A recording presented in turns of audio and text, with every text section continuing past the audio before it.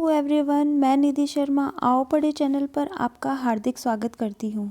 Friends, आज हम पढ़ने वाले हैं ब्रूनर का संरचनात्मक सिद्धांत, जो कि 1960 शिक्षा की प्रक्रिया के द्वारा दिया गया। ये 1960 में ब्रूनर के द्वारा दिया गया था और इन्होंने जो सबसे पहले अपनी पुस्तक प्रतिपादित की थी उनका नाम था शिक्षा की प्रक्रिया।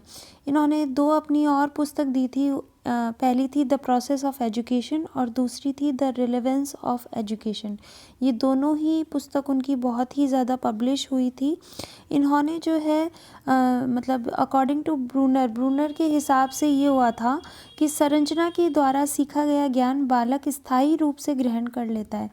मतलब जैसे कि हम लोग कोई भी चीज़ अगर दृश्य रूपी देखते हैं तो वो हमें जल्दी समझ में आती है, बजाय हम लोग उसको लिख करके या पढ़ करके अगर याद करें।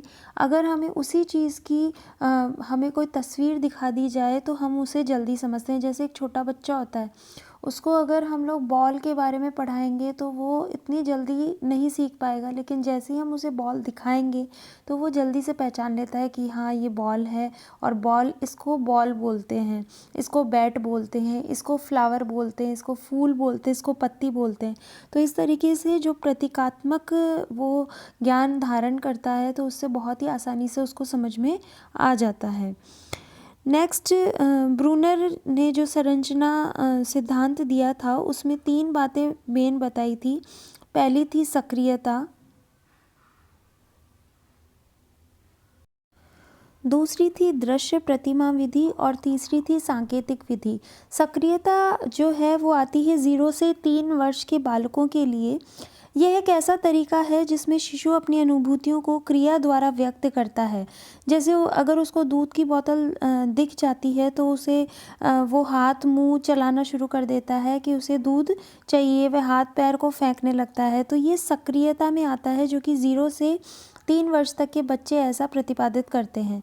दूसरा जो है वो है दृश्य प्रतिमा विधि। दृश्य प्रतिमा विधि 3 से 12 वर्ष तक के बच्चों के लिए होता है। इसमें बालक अपने मन के कुछ दृश्य प्रतिमाएं बनाकर अपनी अनुभूतियों की अभिव्यक्ति करता है।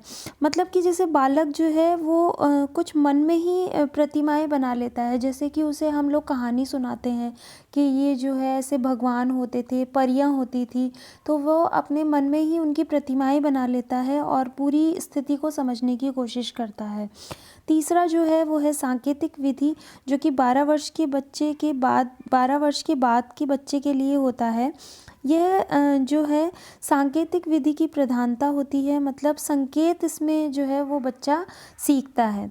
नेक्स्ट जो है वो है ब्रूनर का संरचनात्मक सिद्धांत जो है वो संज्ञानात्मक सिद्धांत पर आधारित है। संज्ञानात्मक सिद्धांत जो है वो जीन पियाजे ने दिया था और इसी सिद्धांत पर आधारित है ब्रूनर का संरचनात्मक सिद्धांत।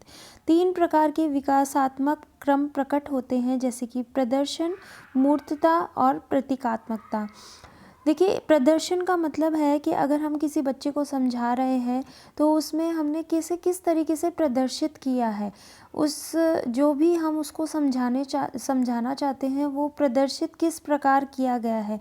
मूर्तता का मतलब है कि हम उसको कोई प्रतिमान जो है वो दिखा रहे हैं कि भाई ये चीज़ जैसे बैट है, ये बॉल है, ये फूल है, तो उसको हम लोग मूर्तता मतलब सामने दिखा रहे हैं वस्तु, और फिर उसे हम लोग समझा रहे हैं कि जी हाँ ये फूल है, ये पत्ती है। इस तरीके से जो वो है उस समझ रहा है उस चीज़ को।